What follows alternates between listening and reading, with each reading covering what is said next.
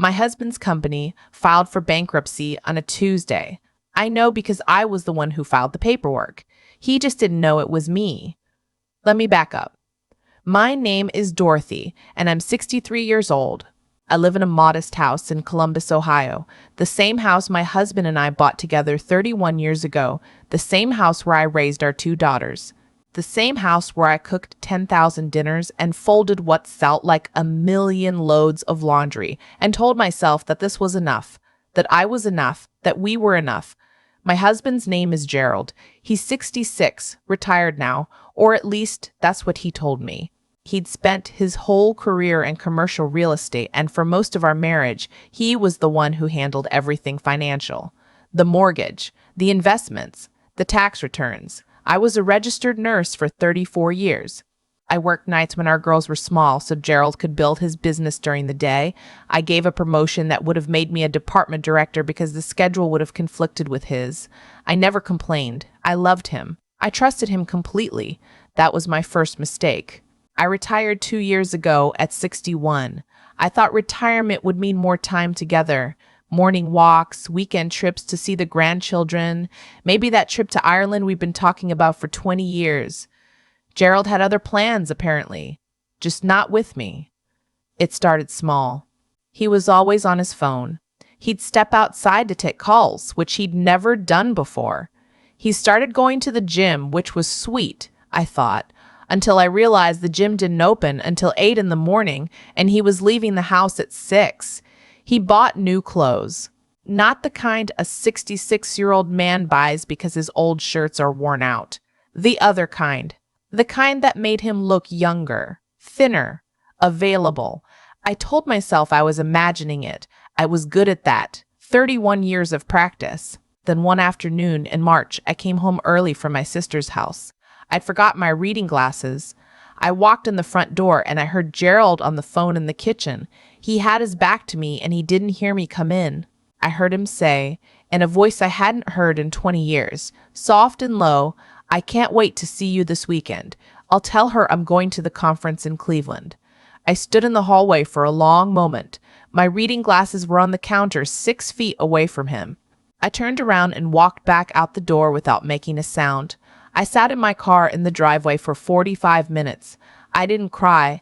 I just sat there very still, the way I used to sit before walking into a room where I knew someone was dying. That particular kind of stillness. The kind where you understand that everything is about to be different and there's no going back, and the only thing you can do is decide what you're going to do next. I decided. I drove to my sister Carol's house, and this time I went inside and I sat down at her kitchen table and I told her everything. Carol is 70 years old, and she has the good sense that comes from surviving a hard first marriage and building a better second one.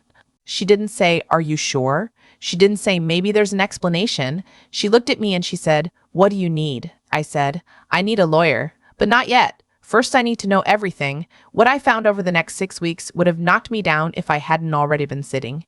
Gerald had a girlfriend. Her name, as best I could tell from the phone records I requested and the emails I found on a shared computer account he'd forgotten to log out of, was Renee. She was 44 years old. She worked at a property management company in Cincinnati, which was convenient for Gerald because it gave him legitimate business reasons to drive 2 hours south and stay overnight.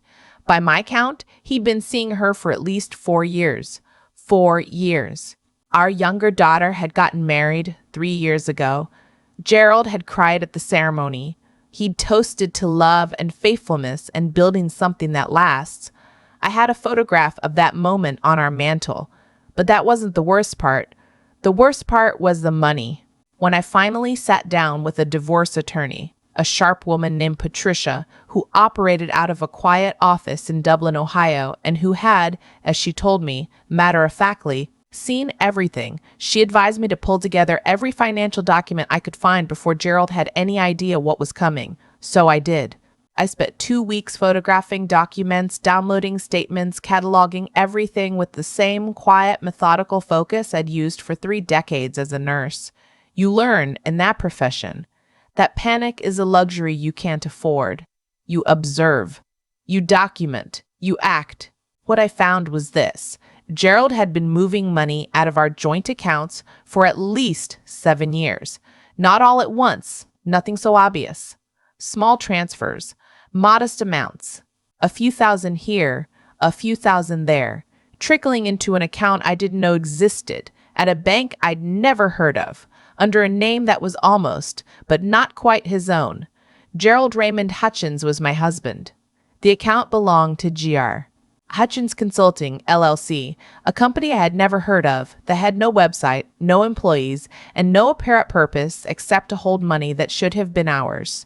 Patricia looked at the documents I spread across her conference table, and she was quiet for a long moment. Then she said, "Dorothy, do you know how much is in that account?" I said I didn't. She told me. It was a little over $400,000. I sat with that number. 40 years of nursing. Nights away from my children. A promotion I turned down. 31 years of believing we were building something together. I didn't cry in Patricia's office either. I thanked her, scheduled our next appointment, and drove home. I made dinner. I asked Gerald how his day was. He told me about a property deal that had fallen through, and I nodded and passed the bread, and inside I was the calmest I'd been in months, because now I had a plan. Patricia had explained my legal position clearly. Ohio is an equitable distribution state, meaning the court divides marital assets fairly, not necessarily 50-50, but fairly. The hidden account, the secret company, the years of financial concealment, all of that would factor in. But there was another consideration. Gerald still owned a small commercial property in Westerville, a strip of retail units he'd held onto after retirement. He managed it himself, tenants, leases, maintenance, all of it. It was worth, according to the most recent appraisal Patricia had located in public records, approximately $800,000. He was proud of that property. He talked about it the way some men talk about a boat or a hunting rifle, with a particular kind of possessive fondness. My sister Carol had a college friend named Barbara. Barbara's son, as it happened, ran a small real estate investment group that was always looking for commercial properties in the Columbus suburbs. Carol made a phone call. Barbara's son, a quiet, careful man named Thomas, agreed to meet me for coffee. I want to be clear about what happened next, because I've told the story to a few people, and some of them look at me like I'm a different person than the woman they thought they knew. I want to be clear. Everything I did was legal. Patricia reviewed every step. I didn't break a single law. What I did was this. I had spent 34 years as a nurse, and I had saved carefully the way people who grow up without money learn to save. I had a retirement account in my name only. Gerald had never paid much attention to it because it was mine, and things that were mine had never interested him much.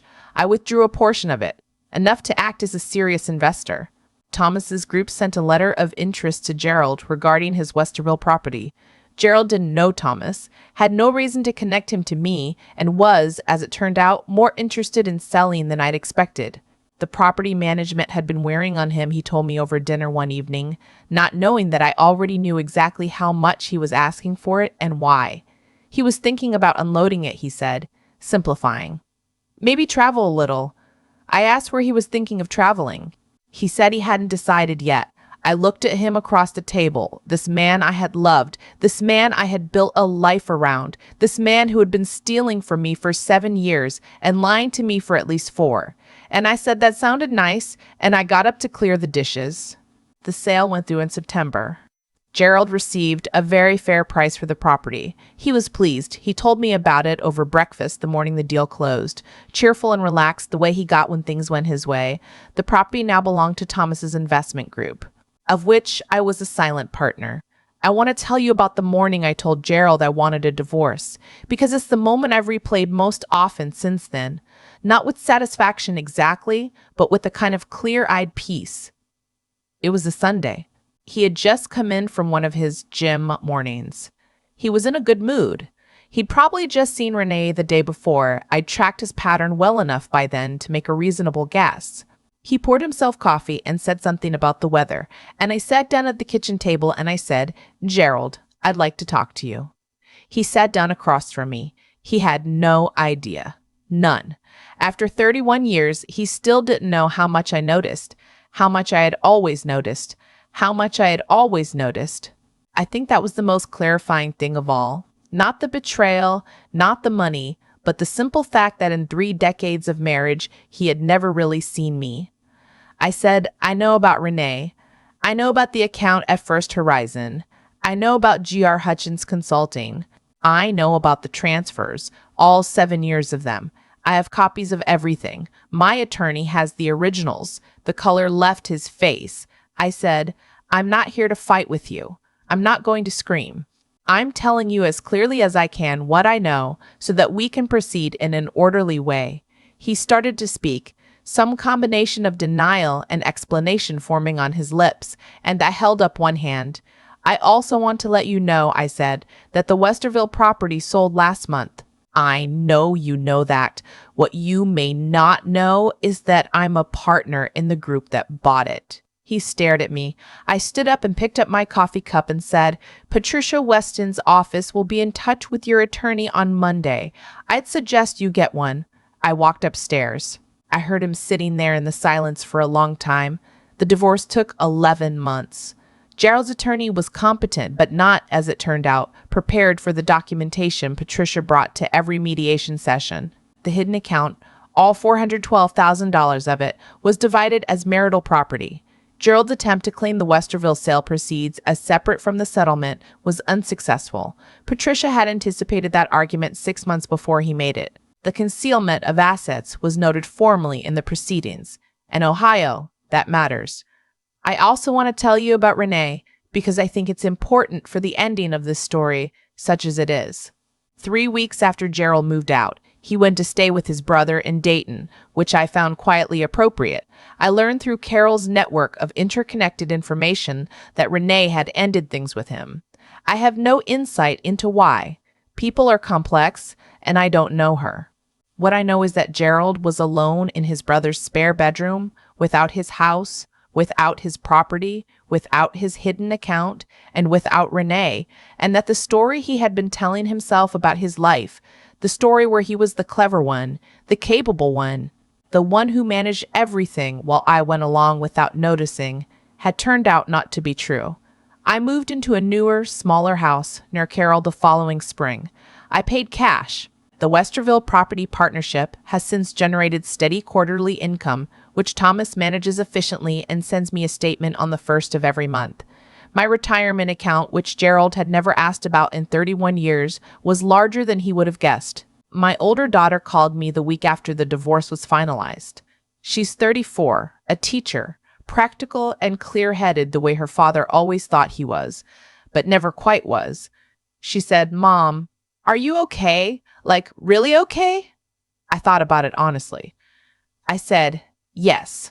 I think I was okay the morning I walked back to my car in the driveway and didn't go back inside. I just didn't know it yet.